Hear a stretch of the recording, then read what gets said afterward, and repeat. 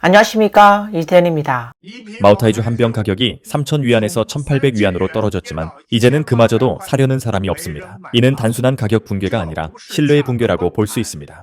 지난 10년 동안 국주 마오타이라는 간판과 희소성, 공급 부족을 무기로 삼아 마오타이는 고량주를 하나의 금융상품처럼 만들어 왔습니다. 도매상들은 물량을 쌓아두었고 암거래상들은 가격을 올려 되팔았습니다. 그 사이 정작 소비자들은 술을 제대로 사지 못하는 상황이 반복되면서 하나의 순환 구조가 눈덩이처럼 커져갔습니다. 하지만 지금은 그 눈덩이가 더 이상 굴러가지 않고 있습니다. 이러다 마오타이주 시장에 큰 변화가 오는 건 아닐까요? 제가 지금까지 그러니까 중추절 전부터 오늘 오전까지 받은 가장 큰 단일 주문은 단골 손님 한 분이 직원용 시음용 술 100상자를 주문한 게 전부입니다. 예전 같았으면 이맘때쯤 귀주의 최고 등급 마오타이주 비천만 하루에 100에서 180상자는 나갔습니다. 올해는요 비천 2000상자, 정품은 800상자, 그리고 향이로금, 로즈골드, 남모 같은 시리즈나 그 외 일반적인 저가술들은 각각 200상자 정도 준비해두었습니다. 이 수량은 작년 대비 약 70에서 80% 수준에 불과합니다. 그런데요 오늘 기준으로 비천은 하루에 고작 10에서 20상자 정도밖에 나가지 않고 있습니다. 올해 국경절과 중추절, 이른바 쌍절, 연휴 기간 동안 고량주의 전체 판매량은 기대와 달리 평이한 수준에 그쳤습니다. 성수기임에도 불구하고 전혀 성수기답지 않은 분위기였으며 심지어 판매가가 도매가보다 더 저렴한 가격 역전 현상까지 나타났습니다. 도매상들은 말 그대로 피를 토하듯 떨이 판매를 하고 있고 소비자들은 점점 더 양극화된 선택을 보이고 있습니다. 사람들이 술을 마시지 않는 것이 아니라 지갑이 얇아진 탓에 소비 기준이 훨씬 까다로워진 것입니다. 제품을 고를 때는 가성비를 가장 우선으로 따지고 고급 고량주는 체면을 위해 대중적인 술은 실속을 보고 구매하는 경향이 뚜렷해졌습니다. 결론적으로 이번 고량주 황금 연휴는 말 그대로 불붙지 않은 연휴로 기록될 전망입니다. 예년 같으면 중추절 전후는 고량주 업계에서 1년 중 가장 성황을 이루는 황금 대목이었습니다. 하지만 올해는 사정이 다릅니다.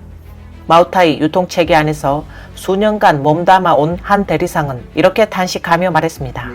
매년 중추절 즈음이 되면요 그 시기에는 늘 마오타이주죠. 저는 영상에서 이렇게 말했습니다. 빨리 사세요, 빨리 사세요. 그렇지 않으면 더 높은 가격에 살 겁니다. 왜냐고요? 그건 사실이었으니까요. 예전 같으면 중추절 며칠 전만 돼도 가격은 묻지 않고 재고가 있는지만 물어보세요. 설날도 마찬가지입니다. 아시다시피 저는 더 이상 그런 말을 하지 않습니다. 특히 올해 중추절이 국경절과 겹치기 때문입니다. 올해는 중추절 10일 전쯤에 이미 구매 시즌이 끝나버린 것 같습니다. 다들 휴가를 떠나고 고향으로 돌아가더라고요. 그래서 저는 이렇게 생각합니다. 올해 중추절은 최근 10년 사이 가장 조용하고 가장 썰렁한 명절이 될 것 같습니다. 물론 급할 것도 없으시겠죠. 애초에 뭔가 선물할 계획 자체가 없으셨을 수도 있으니까요. 아니면 처음부터 선물을 하실 생각이 없으셨던 걸 수도 있고요. 이렇게 수요가 이 정도까지 쪼그라든 상황이라니 참 씁쓸할 따름입니다. 이제는 개별적인 현상이 아닙니다. 중국의 여러 일선 도시에 있는 고량주 유통업자들 모두가 입을 모아 말하고 있습니다. 올해는 지난 10년 중 가장 참담한 중추절이었다라고요. 예년 같으면 명절 전이 되면 가격을 물어볼 필요도 없이 물건 있냐는 말부터 나왔습니다. 그런데 올해는 완전히 다릅니다. 창고에는 재고가 산처럼 쌓여 있고 오히려 유통업자들이 고객에게 재고 좀 처리해달라고 애원하는 상황이 됐습니다. 지금의 마오타이주 시세는 정말 올해 들어 이토록 참담한 수준까지 하락했습니다.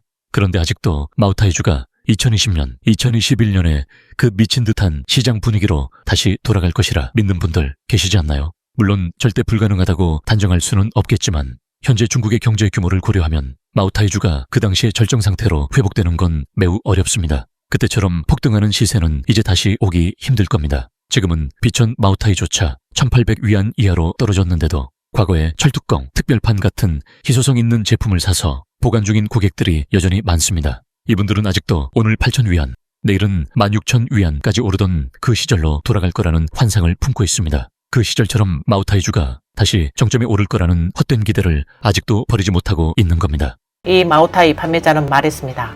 예전에는 고객들이 판매처에 찾아가 특정 제품이나 특정 배치의 마오타이를 간절히 부탁하며 구매하려 했습니다. 하지만 지금은 완전히 반대입니다. 판매처에서 오히려 고객들에게 애원하고 있습니다. 형님, 이 술 좀 가져가 주세요. 집에서 드셔도 좋고 선물하셔도 좋습니다. 저희 재고가 너무 많아 더 이상 감당이 안 됩니다. 라고 말합니다. 이제는 마오타이의 미래를 보고 투자하는 게 아니라 단지 생존과 현금 흐름 유지를 위해 판매를 이어가고 있을 뿐입니다. 유통 전반이 재고로 넘쳐나고 있고 유통업계에서는 전국적으로 유통된 마오타이 90% 이상이 유통업자와 사재기꾼들의 손에 쌓여 있으며 실제로 소비자에게 흘러간 양은 극히 적다고 보고 있습니다. 심지어 주류 공장 자체에도 재고가 상당히 쌓여 있는 상황입니다. 이처럼 시장 부하와 소비 위축이 동시에 겹치면서 마오타이의 시세는 여전히 하락세를 벗어나지 못하고 있습니다. 설날까지도 가격이 회복될 가능성은 매우 낮아 보입니다. 한때 하늘 높은 줄 모르고 치솟던 비천 마오타이의 가격이 왜 지금은 이렇게 폭락했을까요? 그 이유는 복합적입니다.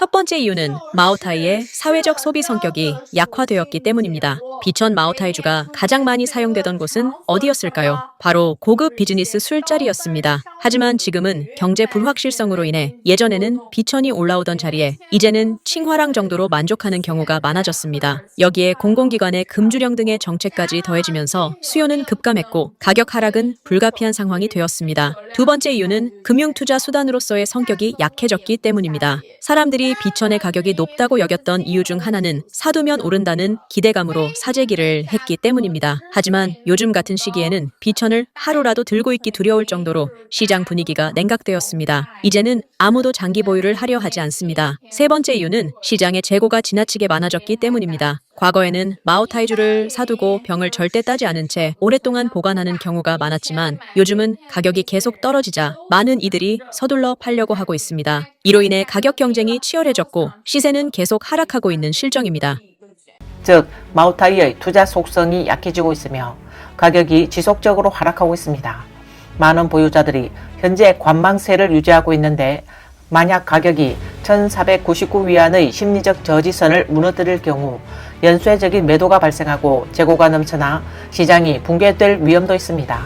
또한 요즘 젊은 세대는 고량주를 잘 마시지 않습니다. 올해는 수제 맥주, 저도수 과일주, 위스키 등의 품목이 30% 이상 성장 판매율을 보이고 있는 반면 마오타이와 같은 전통 고량주는 성장세가 뚜렷하게 둔화되고 있습니다. 과거에는 마오타이를 마시면 체면이 선다는 인식이 있었지만 이제는 그러한 소비 심리가 새로운 라이프 스타일에 의해 대체되고 있는 중입니다. 한편 어떤 네티즌은 마오타이 브랜드가 점점 노후화되고 있다고 지적했습니다. 최근 몇 년간 마오타이는 아이스크림이나 커피와의 협업 등 다양한 콜라보 마케팅을 시도해왔지만 낡은 자동차에 스티커만 붙인 격이라는 비판도 나옵니다. 이러한 마케팅은 겉보기에는 화려하지만 젊은 소비자들과의 거리감을 진정으로 해소하지는 못하고 있습니다. 외부에서는 중국 전체 고량주 산업이 완전히 변했다며 주목하고 있습니다.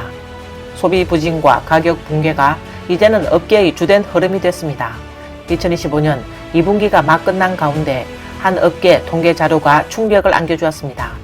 전국 고량주 판매량과 가격이 동시에 10% 이상 하락한 것으로 나타난 것입니다. 전통적인 고량주 소비 대성인 하남과 산동도 줄줄이 붕괴 중인데 하남은 30% 폭락, 산동은 15% 하락을 기록했습니다. 우량녀의 실적 보고서는 우박에 얻어맞은 옥수수 밭처럼 참담했고 심지어 길거리 구멍가게에서 파는 싸구려 2과 2주도 1+1 행사를 하고 있는 실정입니다.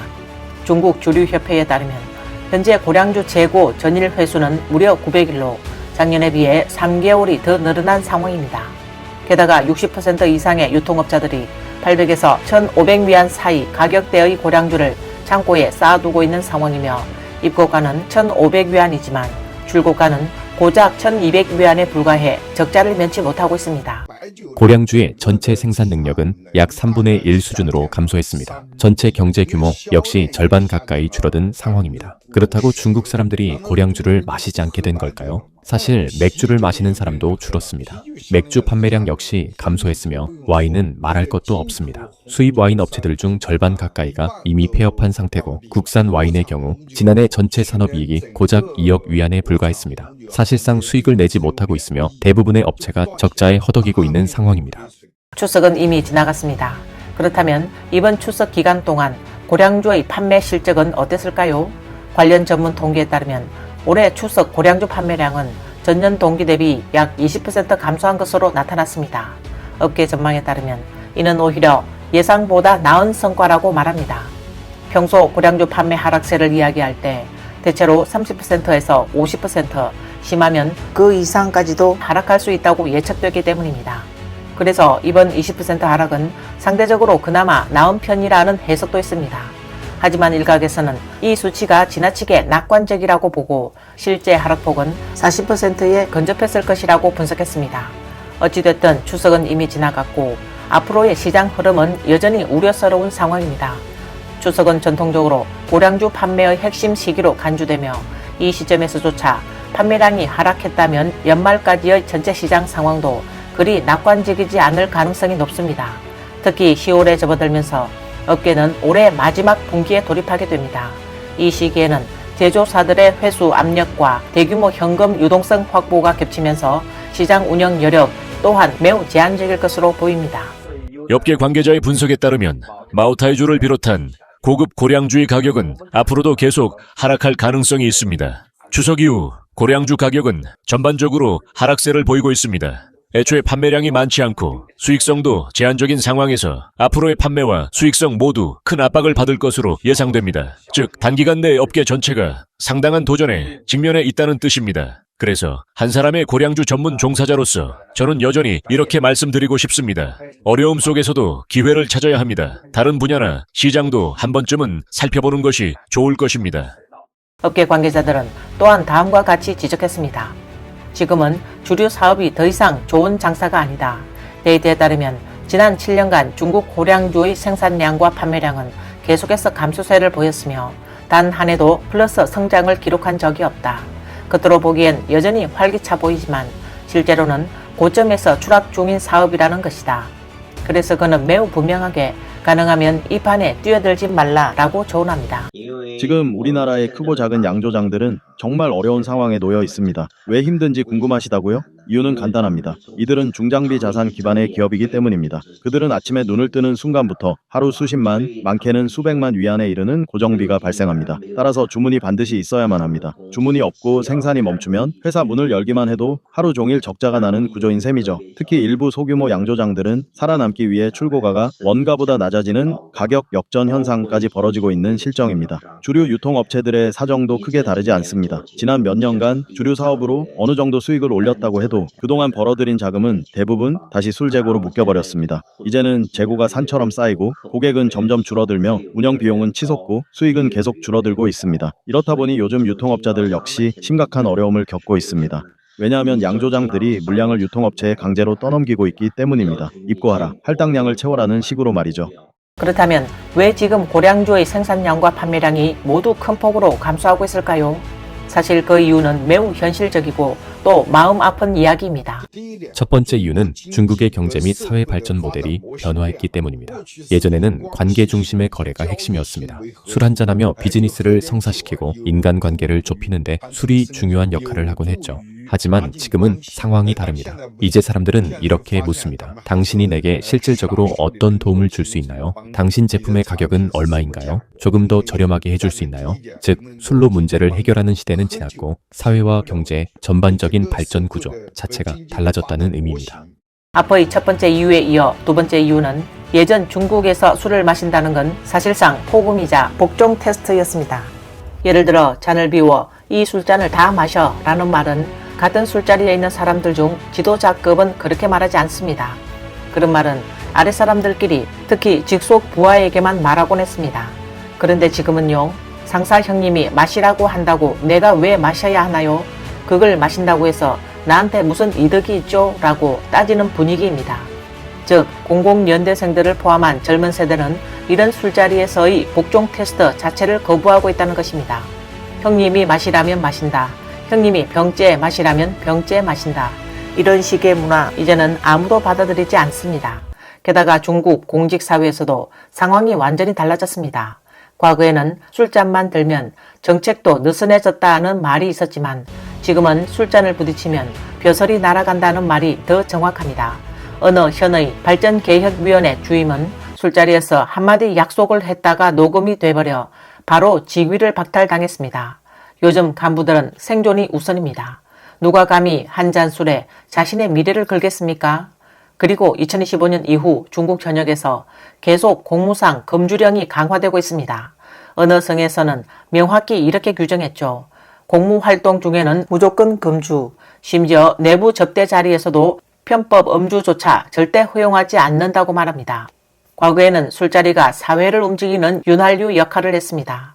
인맥을 만들고 협력을 논의하고 심지어 복종심을 시험하는 자리였죠. 하지만 이제는 새로운 세대는 이런 문화에 휘둘리지 않습니다. 그들은 자신이 누구인지 더 잘 알고 있고 거절하는 법도 잘 압니다.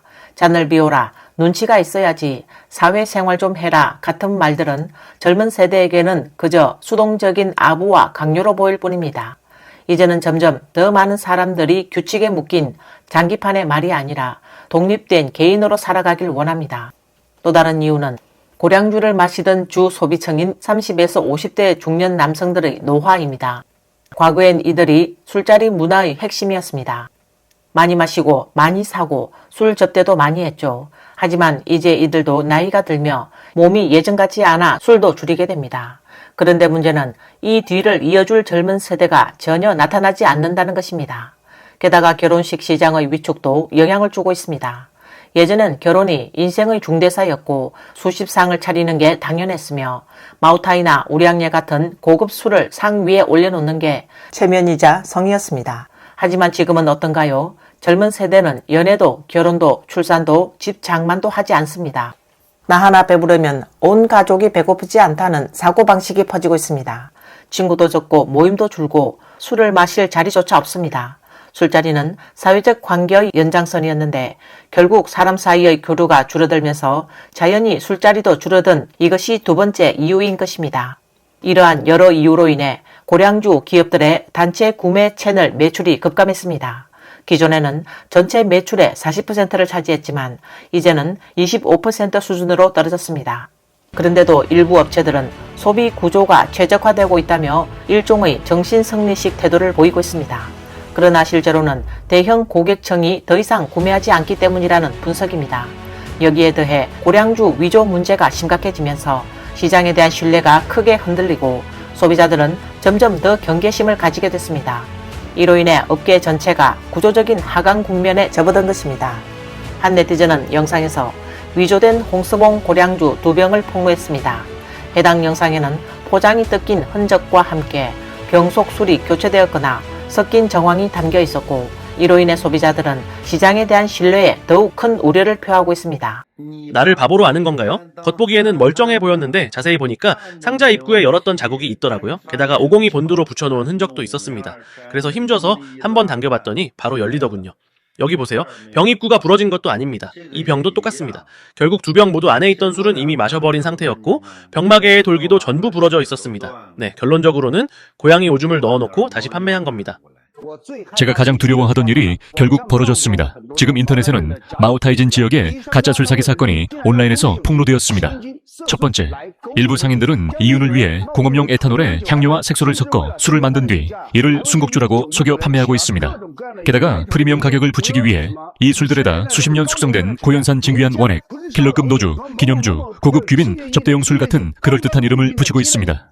더 심각한 문제는 이런 술들이 화려한 외관을 앞세워 순곡주로 포장된 채 수백 위안에서 많게는 1000위안을 넘는 가격에 판매되고 있다는 점입니다. 정리하자면 제조 연도도 가짜, 성분도 가짜, 색도 가짜, 포장도 가짜. 하지만 단 하나, 가격만은 진짜로 비쌉니다. 오늘 뉴스는 여기까지입니다. 시청해주셔서 감사합니다.